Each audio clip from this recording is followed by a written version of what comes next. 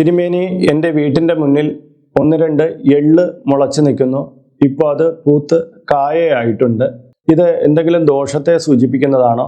എൻ്റെ അമ്മായി പറയുന്നു ഇത് കടുത്തതായ ദോഷത്തെ ചെയ്യും. ഇത് ബലികർമ്മങ്ങൾക്ക് ഉപയോഗിക്കുന്നതാണ് ഈ എള്ളെന്ന് പറയുന്നത്. അതുകൊണ്ട് തന്നെ നമ്മൾ ശ്രദ്ധിക്കണം എന്നൊക്കെ അമ്മായി പറഞ്ഞ് എന്നെ ഭയപ്പെടുത്തുന്നു. ഇതിൽ എന്തെങ്കിലും വാസ്തവമുണ്ടോ? ഒന്ന് പറഞ്ഞു തരാമോ? എള്ള് എന്ന് പറയുന്നത് വളരെ വിശേഷപ്പെട്ട വസ്തുവാണ്. ഭഗവാൻ ശിവശങ്കരൻ്റെ ഏറ്റവും അധിക സാന്നിധ്യമുള്ള ഒരു വസ്തുവാണ് എള്ള്. ഭഗവാൻ മഹാവിഷ്ണുവിനും ഏറെ പ്രിയപ്പെട്ടത് എള്ള് തന്നെയാണ്. എള്ള് കൊണ്ടുള്ള എണ്ണ ഒഴിച്ച് വിളക്ക് തെളിയിക്കുന്നത് നമ്മുടെ വീട്ടിലും പരിസരങ്ങളിലും ഉള്ള ദോഷങ്ങളെ ഒഴിപ്പിക്കാനും വളരെ നല്ലതാണ്. ശനിദോഷ നിവാരകമായിട്ടുള്ളതാണ് എള്ള്. വിഘ്ന നിവാരണത്തിന് വേണ്ടിയിട്ട് നമ്മൾ ഗണപതിക്കൂട്ടിലൊക്കെ എള്ളിനെ ഉൾപ്പെടുത്താറുണ്ട്. എള്ള് ഉപയോഗിച്ചിട്ടുള്ള ഹോമങ്ങളെല്ലാം പിതൃപ്രീതി ശാന്തികരമാണ്.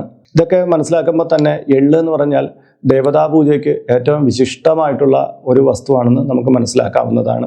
എന്നാൽ എള്ള് എന്ന് പറയുന്നത് ഈ ബലിച്ചോറുള്ളതിൽ എള്ള് ചേർക്കുന്നത് കൊണ്ടായിരിക്കാം ഈ അമ്മായിക്കും ഇതുപോലെ ചിന്തിക്കുന്നവർക്കും ചിലപ്പോൾ എള്ള് ദോഷകരമായിട്ടുള്ളൊരു വസ്തുവായിട്ട് തോന്നുന്നത്.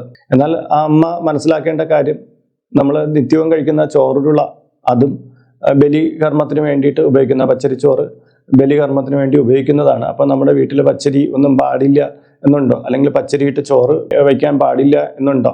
അങ്ങനെയല്ലല്ലോ. എള്ള് മാത്രമല്ലല്ലോ പ്രശ്നക്കാരൻ. നമ്മുടെ വീട്ടിൻ്റെ മുന്നിലൊക്കെ പാടശേഖരങ്ങൾ ഒരുപാട് പണ്ടുണ്ടായിരുന്നു.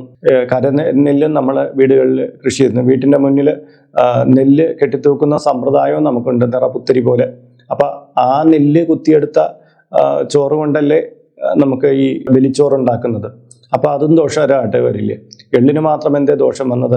എള്ള് ഒരു കർമ്മത്തിന് വേണ്ടി എടുക്കുന്ന വസ്തു എന്നതിലുപരി അതിൽ ദോഷമൊന്നും ഇല്ല കേട്ടോ. അത് ആദ്യം മനസ്സിലായി. എള്ള് വിശിഷ്ട വസ്തുവാണ്, ഗുണം നൽകുന്ന വസ്തുവാണ് കേട്ടോ. അല്ലാതെ ഇതിന് തെറ്റായ ധാരണകളൊന്നും കൊടുക്കണ്ട. ഇതുകൊണ്ട് യാതൊരു ദോഷവും വരാനില്ല.